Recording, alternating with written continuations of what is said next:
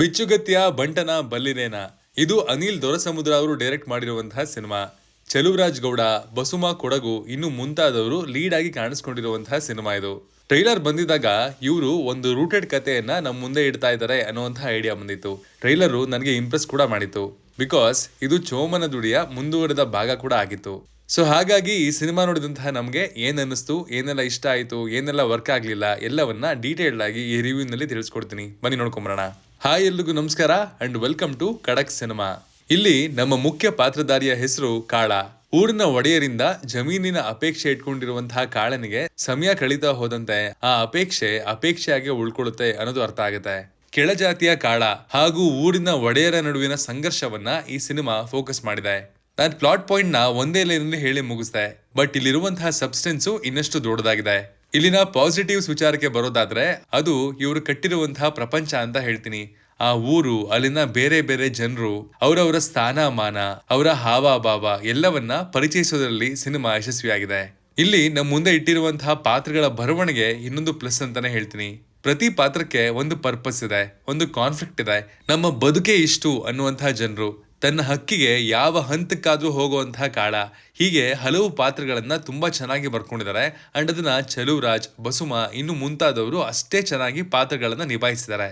ಇನ್ನು ಹೇಳಕೊಟ್ಟಿರುವಂತಹ ಕತೆ, ಆರಿಸ್ಕೊಂಡಿರುವಂತಹ subject and ಅದನ್ನ ಜನರಿಗೆ ಈ ತರ ಹೇಳಿದ್ರೆ ಇಷ್ಟ ಆಗುತ್ತೆ ಅನ್ನುವಂತಹ ಥಾಟ್ ಏನಿದೆ ಅದನ್ನ ಅಪ್ರಿಶಿಯೇಟ್ ಮಾಡಲೇಬೇಕು. ರೂಟೆಡ್ನೆಸ್ ಅನ್ನೋದು ಕಥೆಯಲ್ಲಿದ್ರೆ ಅದನ್ನ ಜನರಿಗೆ ಕನೆಕ್ಟ್ ಮಾಡೋದು ಅಷ್ಟೇನ್ ಕಷ್ಟ ಅಲ್ಲ ಅನ್ನುವಂತಹ ಒಂದು ಎಕ್ಸಾಂಪಲ್ ನ ಈ ಸಿನಿಮಾ ಸೆಟ್ ಮಾಡಬಹುದು ಅಂತಾನು ಹೇಳ್ತೀನಿ. ಸಿನಿಮಾದ ಮೊದಲನೇ ಅರ್ಧದಲ್ಲಿ ಕಥೆಯ ಆಳಕ್ಕೆ ಇಳಿಯೋದಕ್ಕೆ ಸ್ವಲ್ಪ ಟೈಮ್ ತಗೊಂಡಿದ್ದಾರೆ. ಡೀಟೇಲ್ಡ್ ಆಗಿ ಎಲ್ಲವನ್ನ ಪ್ರೆಸೆಂಟ್ ಮಾಡ್ತಾ ಕತೆಗೆ ಇಳಿತಾರೆ. ಅಂಡ್ ಆ ಭಾಗದ ಆಲ್ಮೋಸ್ಟ್ ಎಲ್ಲಾ ಸೀನ್ಸ್ಗಳು ನಮಗೆ ವರ್ಕ್ ಆದ್ವು ಅಂತಾನೆ ಹೇಳ್ತೀನಿ. ಇಲ್ಲಿನ ಮ್ಯೂಸಿಕ್ ಡೈರೆಕ್ಟರ್ ಶ್ರೀ ಶಾಸ್ತಾ ಹಾಗೂ ಸೌಂಡ್ ಡಿಸೈನರ್ ಹರಿಹರನ್ ಸುಧನ್ ಅವರಿಗೆ ಸಖತ್ತು ದೊಡ್ಡ ಅಪ್ರಿಸಿಯೇಷನ್ ಬರಲೇಬೇಕು ಗುರುವೆ. ಇಲ್ಲಿನ ಸ್ಕೋರ್ ಆಗ್ಲಿ, ಇಂಟೆನ್ಸ್ ಸೀನ್ಸ್ ನಲ್ಲಿ ಬರುವಂತಹ BGM ಆಗ್ಲಿ ಕಂಪ್ಲೀಟ್ ಕ್ಲಾಸಿ ಆಗಿತ್ತು.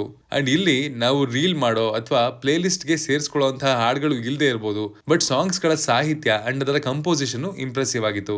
ಈ ಕಥೆಯ ಗಂಭೀರತೆಯನ್ನ ಒಮ್ಮೆ ನೀವು ಅರ್ಥಕೊಂಡು ಒಳಗಡೆ ಇಳಿದ್ರಿ ಅಂತ ಅಂದ್ರೆ ಅದರಿಂದ ಮುಂದಕ್ಕೆ ಈ ಸಿನಿಮಾ ತಾನೇ ನಿಮ್ಮನ್ನ ಹೇಳ್ಕೊಂಡು ಹೋಗುತ್ತೆ. ಅದಕ್ಕೆ ಬೇಕಿದ್ದಷ್ಟು ಎಲಿಮೆಂಟ್ಸು ಇಲ್ಲಿ ಚೆನ್ನಾಗಿ ಪ್ಲೇಸ್ ಮಾಡಿದ್ದಾರೆ. ಇನ್ನು ನಮ್ಗೇನು ವರ್ಕ್ ಆಗ್ಲಿಲ್ಲ ಅಂತ ನೋಡೋದಾದ್ರೆ ಅದು ಇಲ್ಲಿಂದ ಎರಡನೇ ಅರ್ಧ. ಮೊದಲೇ ಹೇಳಿದಾಗೆ ಪಾತ್ರಗಳನ್ನ ಡೀಟೇಲ್ಡ್ ಆಗಿ ಎಸ್ಟಾಬ್ಲಿಷ್ ಮಾಡಿದ್ದಾರೆ, ಅದನ್ನ ನಮ್ಗೆ ಕನೆಕ್ಟ್ ಕೂಡ ಮಾಡಿಸ್ತಾರೆ. ಇಷ್ಟು ಚೆನ್ನಾಗಿ ಎಲ್ಲಾ ಕ್ಯಾರೆಕ್ಟರ್ಗಳನ್ನ ಎಸ್ಟಾಬ್ಲಿಷ್ ಮಾಡಿದ್ಮೇಲೆ ಕತೆಗೆ ಒಂದು ಚೌಕಟ್ ಖಂಡಿತ ಇರಬೇಕು, ಬಟ್ ಅದು ಇಲ್ಲಿ ಮಿಸ್ಸಿಂಗ್ ಇದೆ.